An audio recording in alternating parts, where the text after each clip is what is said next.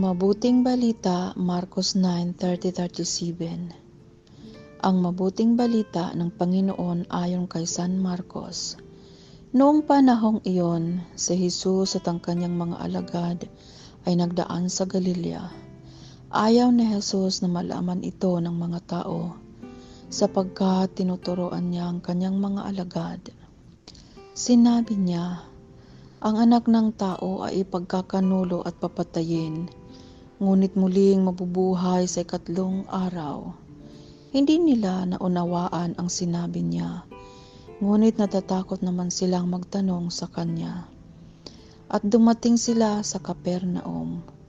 Nang sila ay nasa bahay na, tinanong ni Jesus ang kanyang mga alagad, ano bang pinagtatalunan ninyo sa daan? Hindi sila kumibo, sapagkat ang pinagtatalunan nila ay kung sino sa kanila ang pinakadakila. Naupo si Jesus, tinawag ang 12 at sinabi, ang sinumang nagnanais maging una ay dapat maging huli sa lahat, at maging lingkod ng lahat. Tinawag niya ang isang maliit na bata at pinatayo sa harapan nila.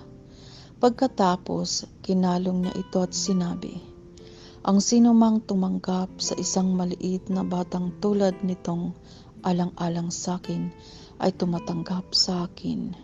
At sinumang tumanggap sa akin, hindi ako ang kanyang tinatanggap, kundi ang nagsugo sa akin. Ang mabuting balita ng Panginoon.